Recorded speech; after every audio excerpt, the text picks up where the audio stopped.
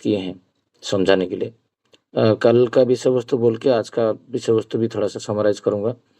ये जो बातें था कल हो रहा था डिस्कशन फ्रीडम के बारे में।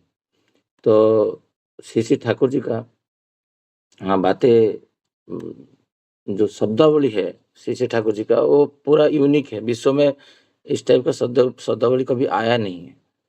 ये जो ठाकुर जी का लिटरेचर है और हमारा जो जजन के अंदर जो अध्यापना है, वो एक्चुअली जो हम लोग स्वाध्याय बोलते हैं, वो जब तक मनुष्य श्री ठाकुर जी का बातें को स्वाध्याय नहीं करेगा और ये तब तक ग्रहणक्षम हो पाएगा जब वो मेडिटेशन स्टेज में रहेगा। वो डेली एटलीस्ट कुछ टाइम मेडिटेशन करके जब श्री ठाकुर जी का बातें को पढ़ेगा और वो कुछ तो ग्रहण कर पाएगा और इतना सुंदर बातें सरल है, बहुत सरल है और कभी-कभी बहुत सरल बातें भी जटिल हो जाता है।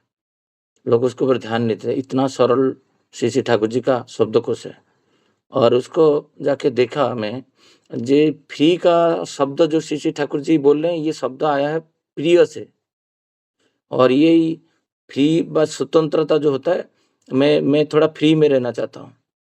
मेरे को थोड़ा माइंड फ्री करना है। मुझे थोड़ा आप छोड़ दीजिए, मैं थोड़ा आराम में रहना चाहता हूँ, मुझे अकेला चाहिए।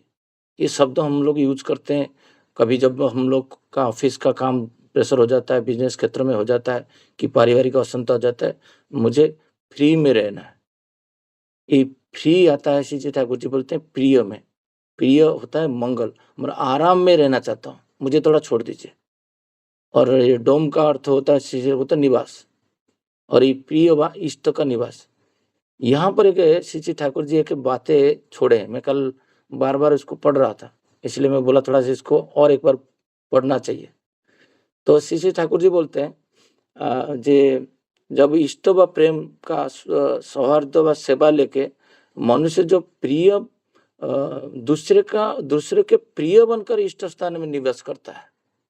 यहाँ पर श्री ठाकुर जी का आइडियोलॉजी आता है। जे फ्रीडम का अर्थ वास्तविक रूप में जे जब मनुष्य इष्ट स्वार्थ को पूर्ण करके दूसरे का प्रियभाजन होता है और निवास करता है, वो निवास क्षेत्र ही फ्रीडम है। श्री ठाकुर जी बोल रहे हैं, वही है स्वतंत्रता और उसको उपभोग आप कर सकते हो। तो हम लोग तो दूसरे का प्रियभाजन हो जाते हैं, बट कभी-कभी इष्ट का स्वार्थ को जलांजलि देके, कॉम्प्रोमाइज़ करके देन हमारा वहाँ पर फ्री मतलब जो प्रिय में जो आनंद में रहने का जो निवास क्षेत्र नष्ट हो जाता है। ये बोलना चाहते हैं श्री ठाकुर जी जे इष्ट स्थान का अर्थ केवल जे प्रिय परमात्मा जहाँ पर निवास करते हैं वो नहीं है। श्री ठाकुर जी बोलते हैं इष्ट स्थान वही है जहाँ मंगल पथ की अग्रसर आप हो सकते हो। तो ये बातें श्री ठाकुर जी बोल रहे हैं जे इस अर्थ में परमपिता की पूरी दुनिया ही इष्ट स्थान बन सकता है। जहाँ-जहाँ हम लोग श्री ठाकुर जी का बातें को इंटैक्ट रख के काम करते हैं और प्रियभाजन होते हैं, दूसरे को मंगल पथ में लेके जाते हैं और हम उनका उसी द्वारा हम उनका प्रिय पात्र बनना हो जाते हैं। तो ऐसे करते-करते हमारा जितना भी स्थान में हम लोग ये बातें रखेंगे, हम हर जगह में फ्रीडम में रहेंगे। हमको स्वच्छंद में रहने का क्षमता रहेगा। हम लोग कॉम्प्लेक्स का अधीन नहीं रहेंगे। हम कॉम्प्लेक्स का त्याग का बात श्री ठाकुर जी नहीं बोल रहे हैं। हम उन हर मेरा प्रवृत्ति को उनका काम में रख के प्रियभाजन रहूँगा। उनका जो इच्छा है, उनका इच्छा क्या है? उनका इच्छा एक ही मात्र इच्छा था, श्री ठाकुर जी को बार-बार कृष्णदास पूछे हैं, बहुत बार। वॉल्यूम 2, वॉल्यूम 3, वॉल्यूम 4 आप देखोगे आलोचना प्रसंग में ठाकुर जी बोले मेरा अंतिम इच्छा है तुम आनंदित में रहो বা प्रिय में रहो বা फ्री में रहो বা फ्री में निवास करो বা फ्रीडम में रहो। ये था श्री ठाकुर जी का अंतिम इच्छा जे हम मंगल में रहे, निवास करें और मंगल में रहने का पथ है इष्ट और इष्ट को छोड़ के कोई भी फ्रीडम का हो ही नहीं सकता है। उसका जीवन में स्वाधीनता आ ही नहीं सकता है। वो फ्री में नहीं रह सकता है।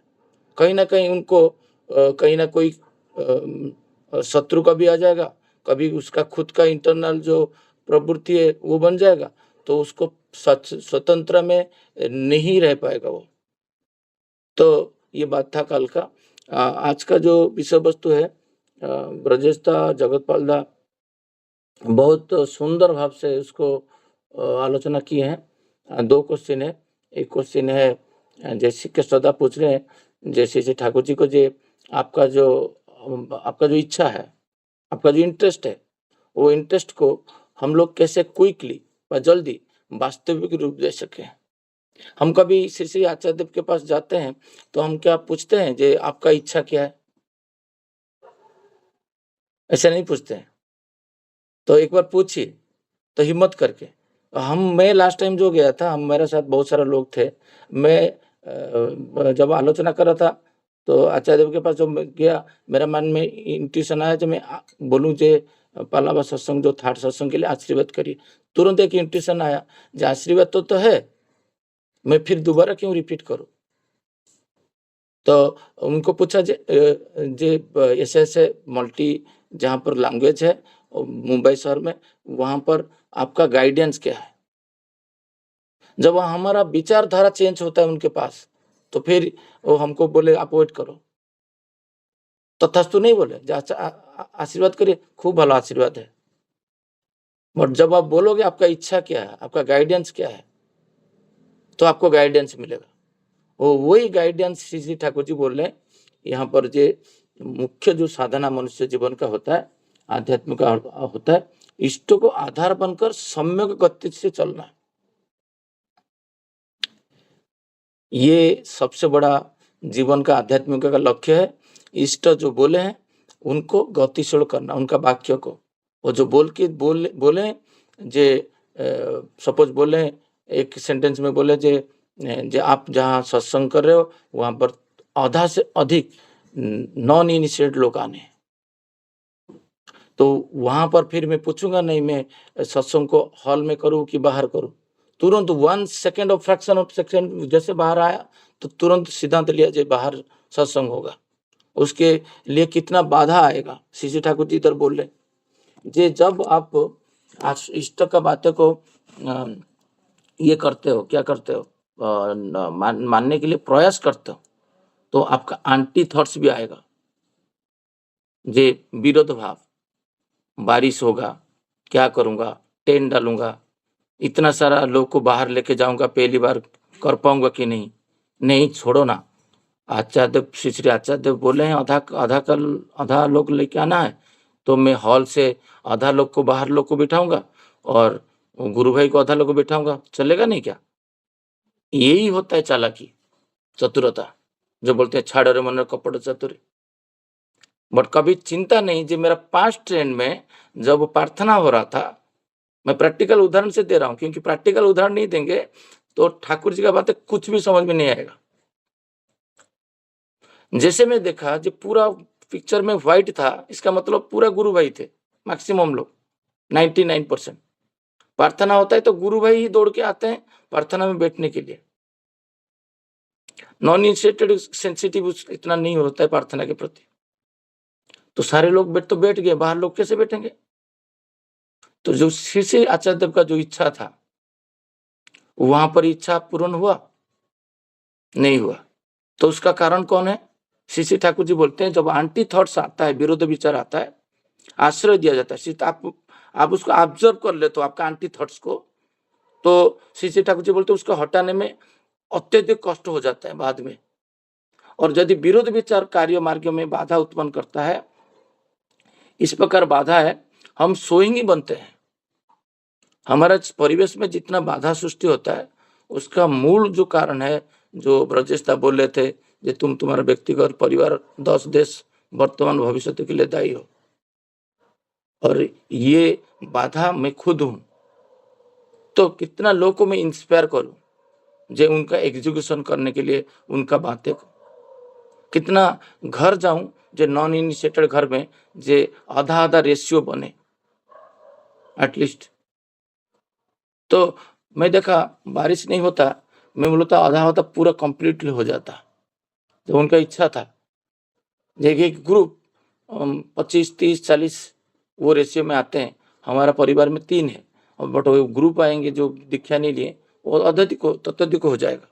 ये बातें श्री श्री ठाकुर जी जो बोल रहे हैं, जे एक बातें यहाँ पर रखें, जे मैं लाख कर कहता हूँ। श्री श्री ठाकुर जी यहाँ पर देखिए, उनका बातें को आप ठाकुर जी जो बोले हैं उसको सुनना चाहिए प्रॉपरली। जो ब्रजेश दा बोलते हैं, ये ईयरफोन और रिकॉर्डर जैसा आपको सुन के स्टोर हाउस ब्रेन में रखना चाहिए। श्री श्री ठाकुर जी बोलते हैं, मैं लाख करके कहता हूँ, आपके भीतर जो अच्छा दिखता है वही आप हो। श्री श्री ठाकुर जी बोलते हैं ना, जो बोलता है, जे एक ठाकुर जी का बिना इच्छा में एक पत्ता नहीं हिलता, ये बोलना, ये वर्ड भी नहीं बोलना चाहिए, क्योंकि सब कुछ ठाकुर जी की इच्छा से नहीं होता है। तो हमारा जाजन भी कभी ठाकुर जी का विरोध में गया तो फिर हम अधार्मिक बन जाएंगे। तो बोलने के टाइम में सेंसिटाइज होकर बोलना चाहिए। ठाकुर जी की इच्छा से सब कुछ नहीं होता है। श्री श्री ठाकुर जी बोलते हैं, जितना भी मंगलकार कार्य है वही तुम हो। सत्ता का सच्चित आनंद है, उसका जो आदिम आकृति है वो उसका वृद्धि पथ में जाता है और अच्छाई के दिखे जाता है और मंगल की जाता है। वही वही जो श्री श्री ठाकुर जी बोलते हैं, आत्मा का अर्थ होता है गतिशील और ब्रह्म का अर्थ होता है वर्धनशील। ये तो बहुत बड़ा टॉपिक है। मेरा मन में और कुछ कुछ उदाहरण आ रहा है, उसको एग्जाम्पल देने के लिए, जो आत्मा और ब्रह्म में क्या फर्क है। एक गतिशील होता है, एक वृद्धिपात होता है। इसका अर्थ क्या होता है, श्री श्री ठाकुर जी इधर बोल रहे हैं। तो ये 2 मिनट बचा हुआ है, तो बाकी को मैं थोड़ा सा एलाबोरेट करता हूँ। जो बुराई देखता है वो आप नहीं हो। श्री श्री ठाकुर जी बोलते हैं, जो बुराई आ रहा है आपका थॉट्स में, ये सत्ता का और जो लिबिडो नहीं है, आकुति नहीं है, इच्छा नहीं है। तो बुराई जो है आप नहीं हो। श्री श्री ठाकुर जी क्लियरली बोल रहे हैं यहाँ पर। तो कोई संदेह नहीं होना चाहिए कि आप कौन हो। आपकी सत्ता अच्छी है, आप अच्छी चाहते हो, नहीं तो आप यहाँ पर नहीं आते। यहाँ पर जो लोग ज्वाइन किए हैं अभी करीबन 42, कल मैं गाड़ी चलाते चलाते सोच रहा था, ये सारे आत्मा जो है ये अच्छा चाहते हैं, तो उनका पिता माता का सुकृत ये चूज किए हैं। आज इतना सहज रूप से ब्रजेश दा को 3rd जनरेशन नहीं मिला है। उनका पूर्व जन्म का जो जहां पर वो एंड किए थे, उनका जो पार्थिव शरीर डिटैच हुआ था, वही भाव संपन्न पिता माता जब मिलन हुए, वहां पर 3rd जनरेशन में जन्म लिए हैं। उनका कोई आज का साधन के वजह से उनको 3rd जनरेशन नहीं मिला है। उनका पूर्व जन्म का कर्म फल से उनको एक बना हुआ क्षेत्र मिला है। वो क्षेत्र को कैसे वो आगे लेके जाएंगे, उनको ऊपर डिपेंड करता है। यही बात है। श्री श्री ठाकुर जी लास्ट को 30 सेकंड में मैं बात को विराम दूंगा। लास्ट को सिर्फ कृष्णदा पूछ रहे हैं जो कौन सा कार्य करना चाहिए। श्री श्री ठाकुर जी बोलते हैं, दीक्षा, कृष्टि प्रहरी, कर्मी संघ तो करोगे, स्कूल कॉलेज और मोटर ट्रांसपोर्ट, और उससे लास्ट को जो चीज बोले हैं, जो नेता को चयन करना भी आपका गुरु दायित्व है। तो वो बहुत बड़ा टॉपिक है। और यहाँ पर मैं मेरा इतना बोल के मेरा बात को विराम देता हूँ। सबको जय गुरु।